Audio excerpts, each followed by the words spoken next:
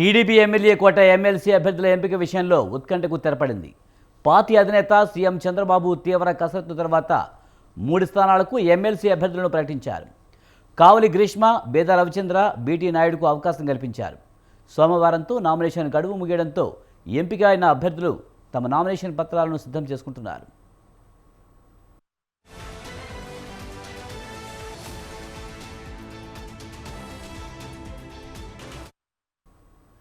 MLA కోటాలో మొత్తం 5 స్థానాలకు ఎన్నిక జరగనుండగా ఒక స్థానాన్ని ఇప్పటికే మిత్రపక్షం జనసేనకు కేటాయించారు. ఆ పార్టీ తరపున కొనిదెల నాగబాబు నామినేషన్ కూడా వేశారు. మిగిలిన 4 స్థానాలకు అభ్యర్థుల ఎంపికకు చంద్రబాబు కసరత్తు చేస్తున్న క్రమంలో బీజేపీకి ఒక స్థానం కేటాయించాలని ఆ పార్టీ పెద్దలు రంగంలోకి దిగారు. తెలుగుదేశం నుంచి ఆశావహుల సంఖ్య భారీగానే ఉన్నప్పటికీ పొత్తులో భాగంగా బీజేపీకి ఒక స్థానం కేటాయిస్తూ నిర్ణయం తీసుకుంది.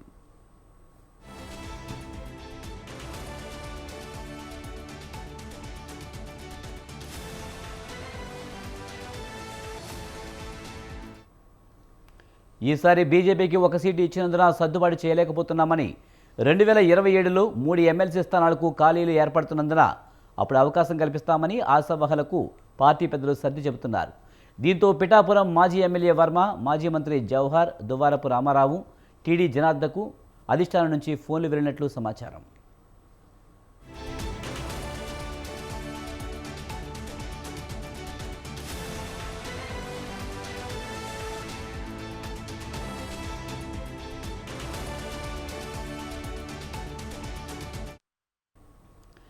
టీడీపీ ఎమ్మెల్యే కోట ఎమ్మెల్సీ అభ్యర్థుల ఎంపిక విషయంలో ఉత్కంఠకు తెరపడింది.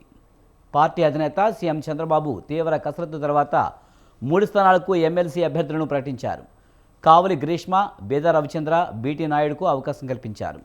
సోమవారంతో నామినేషన్ గడువు ముగియుండడంతో ఎంపికైన అభ్యర్థులు తమ నామినేషన్ పత్రాలను సిద్ధం చేసుకుంటున్నారు.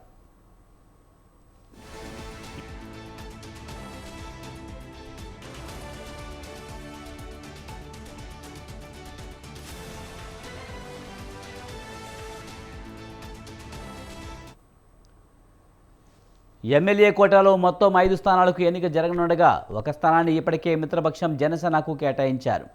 ఆ పార్టీ తరపున కొనిదెల నాగబాబు నామినేషన్ కూడా వేశారు. మిగిలిన 4 స్థానాలకు అభ్యర్థుల ఎంపికకు చంద్రబాబు కసరత్తు చేస్తున్న క్రమంలో బీజేపీకి ఒక స్థానం కేటాయించాలని ఆ పార్టీ పెద్దలు రంగంలోకి దిగారు. తెలుగుదేశం నుంచి ఆశావహుల సంఖ్య భారీగానే ఉన్నప్పటికీ పొత్తులో భాగంగా బీజేపీకు ఒక స్థానం కేటాయిస్తూ టీడీపీ నిర్ణయం తీసుకుంది.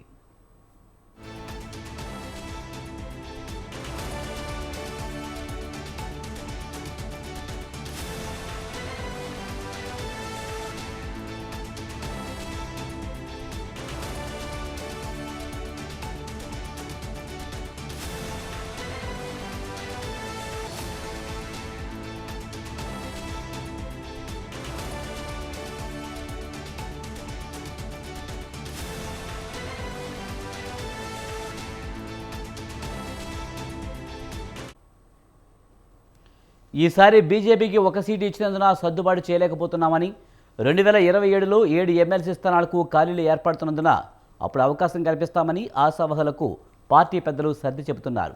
దీంతో పిఠాపురం మాజీ ఎమ్మెల్యే వర్మ, మాజీ మంత్రి జవహర్, దువ్వారపు రామారావు, టీడీ జనార్దన్కు అధిష్టానం నుంచి ఫోన్లు వెళ్ళినట్లు సమాచారం.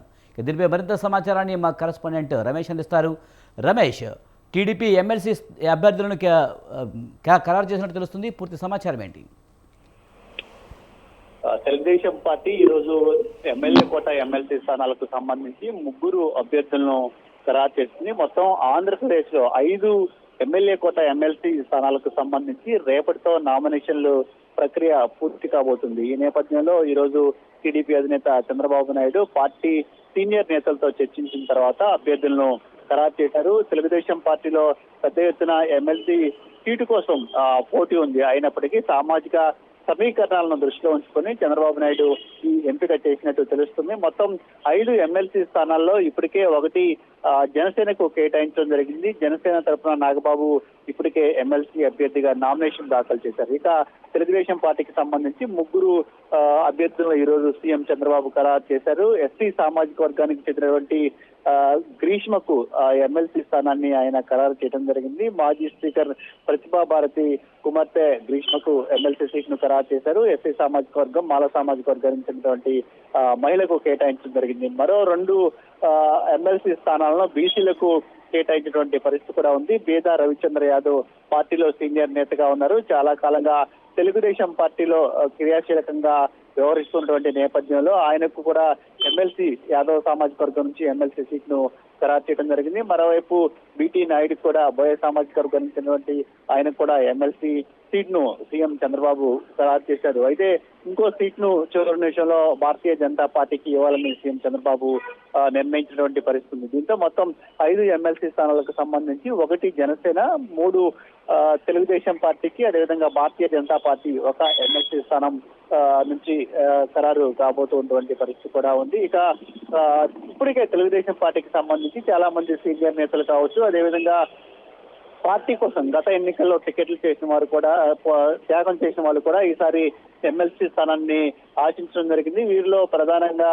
పిఠాపురం మాజీ ఎమ్మెల్యే వర్మ, అదేవిధంగా మాజీ మంత్రి దేవినేని ఉమామహేశ్వరరావుతో పాటు మరికొంతమంది సీనియర్ నేతలు కూడా ఈసారి ఎమ్మెల్సీ సీటు ఖచ్చితంగా దక్కుతుందని భావించేటువంటి పరిస్థితి కూడా ఉంది. కొంతమందికి ఇప్పటికే సీఎం చంద్రబాబు ఎన్నికలకు ముందే ఎమ్మెల్సీ ఇస్తామంటూ కూడా హామీ ఇచ్చారు. అయితే ఎమ్మెల్సీ స్థానాలు తక్కువగా ఉండటం, పోటీ ఎక్కువగా ఉన్నటువంటి నేపథ్యంలో ఒకవైపు సామాజిక సమీకరణలు, అదేవిధంగా పార్టీ కోసం లాయల్ గా పనిచేయడంతో పాటు అన్ని అంశాలను పరిగణలోకి తీసుకున్న తర్వాత ఈ ఎంపిక చేయడం జరిగింది. రానున్నటువంటి రోజుల్లో ఇంకా చాలా ఎమ్మెల్సీ స్థానాలు ఖాళీ కాబోతూ ఉన్నాయి. ఇప్పటికే కొంతమంది వైఎస్ఆర్ కాంగ్రెస్ పార్టీకి సంబంధించిన ఎమ్మెల్సీలు తమ పదవులకు రాజీనామా చేసినటువంటి పరిస్థితి ఉంది. అదే సందర్భంలో రానున్నటువంటి రోజుల్లో ఖాళీ కాబోతున్నటువంటి ఎమ్మెల్సీ స్థానాలు ఏవైతే ఉన్నాయో, ఒకటి ఎమ్మెల్యే కోటా కావచ్చు, లోకల్ బాడీలకు సంబంధించి కావచ్చు, అదేవిధంగా గవర్నర్ కోటాకి సంబంధించి కావచ్చు, కాబోతున్నటువంటి ఎమ్మెల్సీ స్థానాలన్నీ కూడా ఇటు తెలుగుదేశం కూటమికి రానున్నటువంటి నేపథ్యంలో రానున్నటువంటి రోజుల్లో ఇప్పుడు ఎవరికైతే ఎమ్మెల్సీ స్థానాలు దక్కలేదో, అదేవిధంగా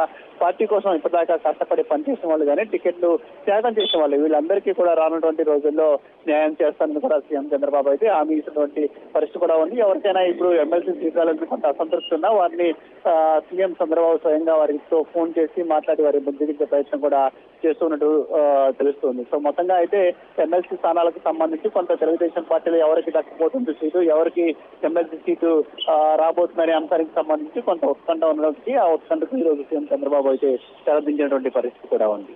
రైట్, థాంక్యూ రమేష్.